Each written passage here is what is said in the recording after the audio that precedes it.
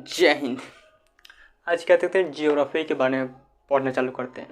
तो देखिए, सबसे आपको क्या बता दिए थे, एक टोपोग्राफी बता रहे थे। टोपोग्राफी में आपको जितने भी स्थलाकृति बनते हैं वो सब अब बता देते हैं। हवाओं द्वारा बने वाला स्थलाकृति, नदी द्वारा बने वाला स्थलाकृति, काष्ठ प्रदेश यानी भूमिगत जल द्वारा बने वाला स्थलाकृति, और क्या था, मरुस्थलीय क्षेत्र में बने वाला आकृति वो तो हवा द्वारा बनता है। और क्या था, बर्फीले क्षेत्र में बने वाला आकृति।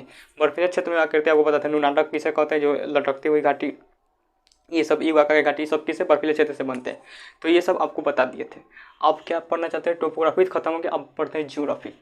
टोपोग्राफी देखिए, टोपोग्राफी अगर अच्छे से आप पढ़े होंगे तो डेफिनेटली कोई भी जो ग्रेजुएशन लेवल का एग्जाम होता है उसमें एक दो क्वेश्चन हमेशा रहते हैं टोपोग्राफी से। तो अब क्या कहते हैं, जियोग्राफी। जियोग्राफी यानी भूगोल। तो एक्चुअली क्या था कि जब दो प्रकार के बल होते हैं, एक होता है बहिर्जात बल, बहिर्जात बल। इसमें क्या होता है, जितनी भी आकृति टोपोग्राफी आपको बताए थे वो सब बहिर्जात बल कहते हैं। यानी धरती के ऊपर बनने वाली आकृति को हम बहिर्जात बल कहते हैं। क्या था, धरती के ऊपर आकृति जो बनती है वो जिस बल से बनती है उसे कहते हैं बहिर्जात बल। अब जो धरती के अंदर आकृति बनती है उसे अंतर्जात बल कहते हैं। अंतर्जात बल कहते किसे, जैसे कि कोई भी व्यक्ति अगर क्या हो जाए कि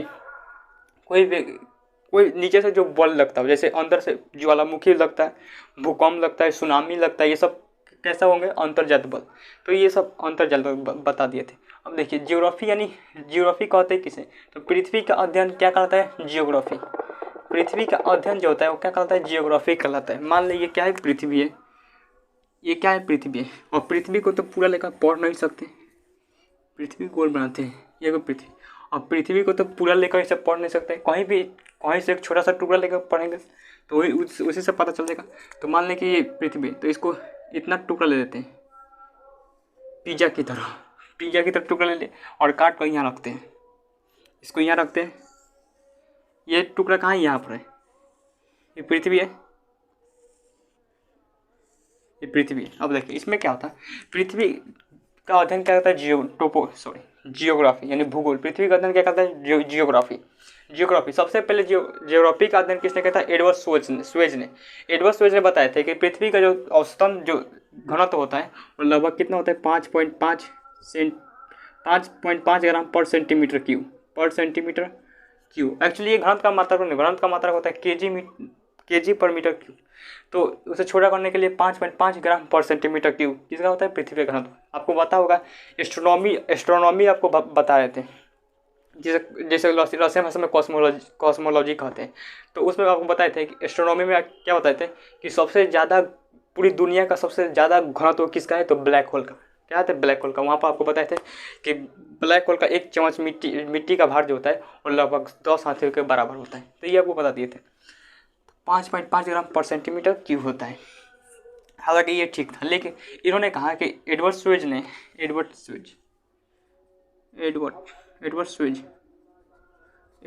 कहा कि देखिए, पृथ्वी जो है, पृथ्वी को 3 भागों में बांटते हैं। ऊपर के हिस्सा में अधिकता जो थी वो सियाल, इसका इन्होंने कहा था सियाल, सीमा, नीफे। जो फर्स्ट लेयर में थी वो, उसमें सिलिकॉन और एल्युमिनियम की अधिकता थी। सिलिकॉन और एल्युमिनियम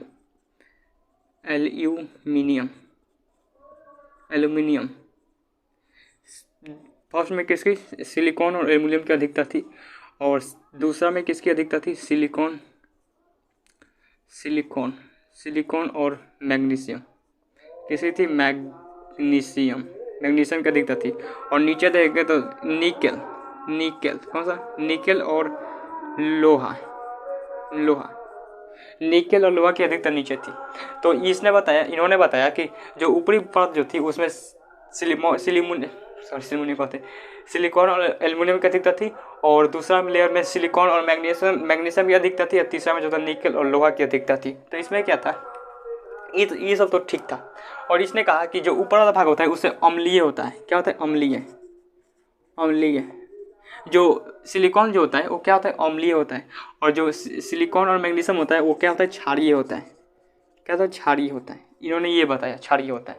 तो नो डाउट ये सब ठीक थे, लेकिन इन्होंने एक जगह गलती कर दी। क्या, इन्होंने कहा कि देखिए, इन लोगों के इस रेखा को नाम ही नहीं दिया कि इस रेखा का क्या मतलब क्या नाम रहेगा। अगर रेखा का नाम नहीं रहेगा तो कैसे पता चलेगा कि कहाँ से सीमा यानी कहाँ से सिलिकॉन और मैग्नीशियम चालू हो रहा है और कहाँ से सिलिकॉन और एल्युमिनियम खत्म हो रहा है, ये पता कैसे चलेगा।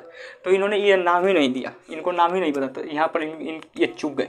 लेकिन यहाँ तक बताए तो ठीक थे, लेकिन ये चूक गए। तो इन्होंने कहा कि देखो, इन्होंने कहा कि जब आधुनिक वैज्ञानिक लोग आए तो इन्होंने एडवर्ड स्वेज के सिद्धांतों को गलत ठहराया। क्या कर दिया? गलत ठहराया। और इन्होंने अपने से एक सिद्धांत दिया। वो उन्होंने कहा कि देखो, इसमें सियाल सीमा रहेगा तो ये तो ठीक है। इसे कहा गया, आधुनिक विज्ञान के अनुसार इसे कहा गया क्रस्ट मेंटल और कोर। क्या कहा गया? कोर, क्रस्ट, मेंटल और कोर। आधुनिक विज्ञान के अनुसार इन्होंने ऊपरी भाग को क्या कहा? क्रस्ट कहा, निचली भाग को मेंटल कहा और सबसे निचली भाग को क्या कहा? कोर कहा। क्या था? कोर। और इन्होंने कहा कि देखिए, ये अम्लीय नहीं होता है और ये क्षारीय नहीं होता है। इन्होंने इस बात को गलत कर दिया, तो इसे मिटा देते हैं। इन्होंने कहा कि देखो, जो क्रस्ट का होता है, क्रस्ट ही क्या होता है? क्रस्ट का ऊपरी भाग जो होता है वो क्या होता है? अम्लीय। ऊपरी भाग क्या होता है? अम्लीय। और निचली भाग जो होता है वो होता है क्षारीय। क्या होता है? क्षारीय। इसी तरह तीनों में यही होता है। तो इसको हटा देते हैं, सियालसी मनीफर को नहीं रहने देते, ठीक है। तो कहा कि ठीक है, इन्होंने अभी आधुनिक विज्ञान के अनुसार इन्होंने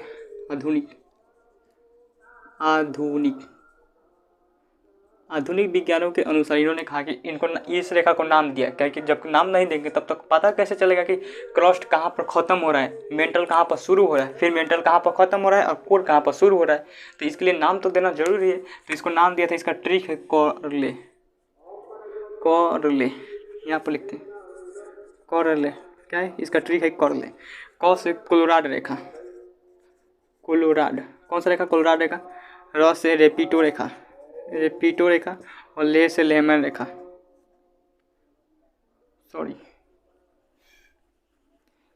इसको कहा गया कोलोराड रेखा। इसे रेपिटो रेखा। ऐसे कहा गया लेमन रेखा। ये कोलोराड रेखा, रेपिटो रेखा और लेमन रेखा। इसका ट्रिक है कॉरले। क्या था? ट्रिक है कॉरले, लेमन रेखा। तो ये था आधुनिक विज्ञान के अनुसार। इन्होंने कहा कि क्रस्ट जो होता है वो पूरे पृथ्वी का 1% भाग होता है।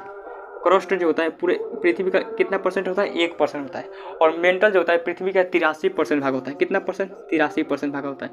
अब 1 का 83 कितना? 84, बचा 16%। तो कोर जो होता है कितना होता है? 16%। पूरे पृथ्वी का क्या होता है? 16% कोर जो है प्लाज्मा अवस्था में। अभी भी यहाँ पर धधकता हुआ क्या है? लावा है। लेकिन जहाँ तक यहाँ पर ये तो पूरा लिक्विड अवस्था में है, लेकिन यहाँ पर सेमी लिक्विड है। सेमी लिक्विड मतलब अर्ध तरल रूप। तो क्या है? अर्ध तरल रूप। तो आज के लिए यही तक रहने दे देते हैं, नहीं तो वरना बहुत ज़्यादा हो जाएगा। इसमें भी और भी गिजमिज कर हो जाएगा। तो आज के लिए यहीं तक रहने देते हैं। तब तक मिलते हैं नेक्स्ट वीडियो में। Thank you for watching video.